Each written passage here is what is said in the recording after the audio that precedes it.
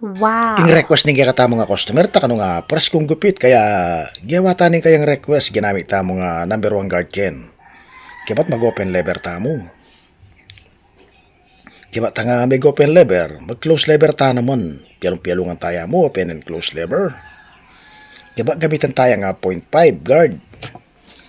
Ila ko tayong kaya nga dugtungan. Kibat gamitan taya nga air trimmer papaligtad.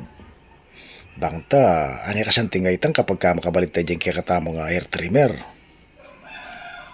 Nyari tang bisang mabiyasang manggupit.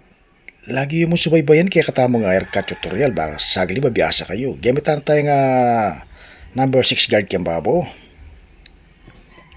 Okay ba ta, bawas bawasan tayo, linkin natin niya pambang skin. Pwede natin ta magbayo ya isipin kaya katamo nga customer, patanggal niya mo rin yan. Kaya biasa ka nga magplangkete nga usanda nga balasbas. Bang mapinig ng review.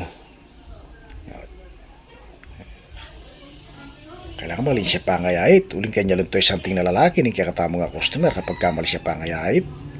Ano ka something nga kakit kaya nga urod.